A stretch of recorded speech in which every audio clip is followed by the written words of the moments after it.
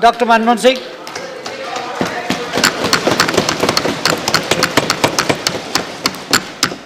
Mr. Chairman, sir, I rise to highlight some of the problems that have arisen after the decision to demonetize 500 rupees and 1000 rupee currency note.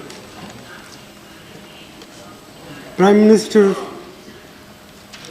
has been arguing that this is the way to curb black money, to prevent growth of forfeited currency note, and also to help in control of terrorist finance activities.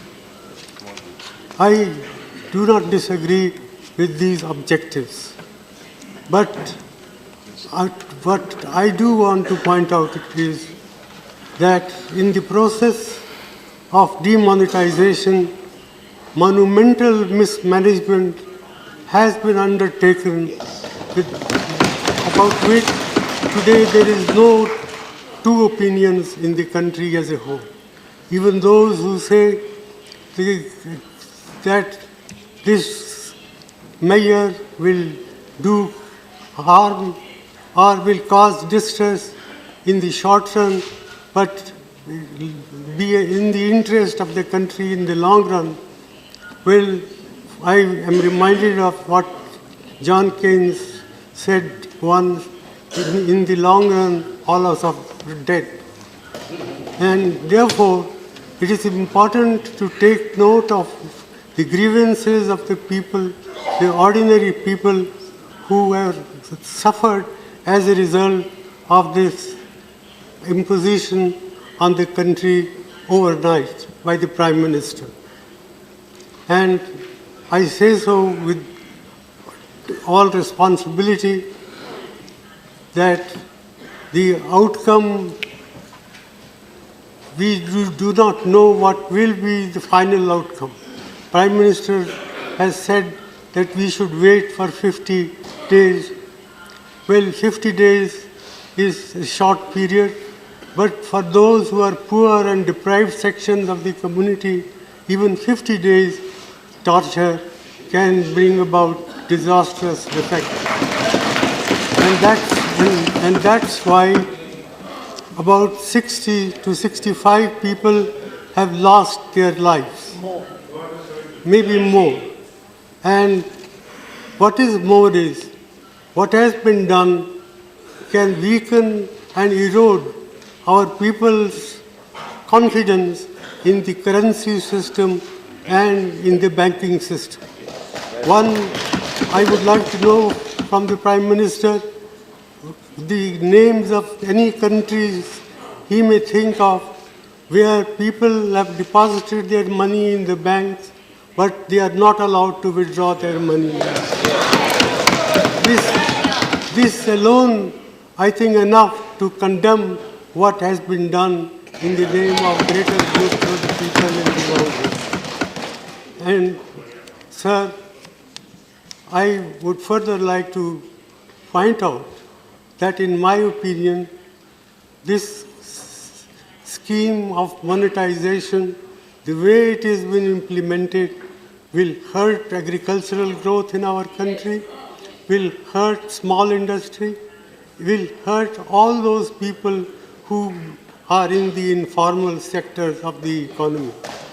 And my own feeling is that the national income, that is the GDP of the country, can decline by about 2 percentage points as a result of what has been done. This is an underestimate, not an overestimate.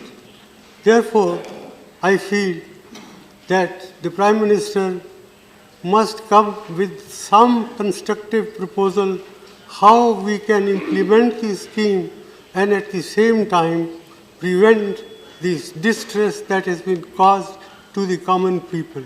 It is no good that every day the banking system comes with modification of the rules, the conditions under which people can withdraw money.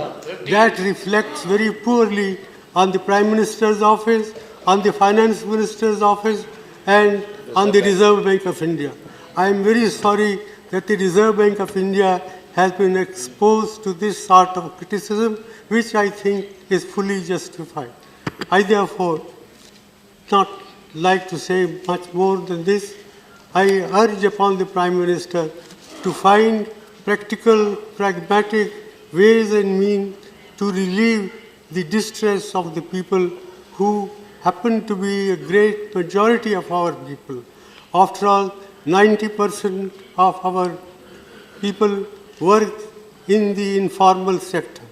55% of our workers in agriculture are feeling distress. The cooperative banking system, which serves large number of people in the rural areas, is non-functional, has been prevented from handling cash. So, in all these measures convince me that the way the scheme has been implemented, it's a monumental management failure, and in fact, it is a case of organized loot and legalized plunder of the government.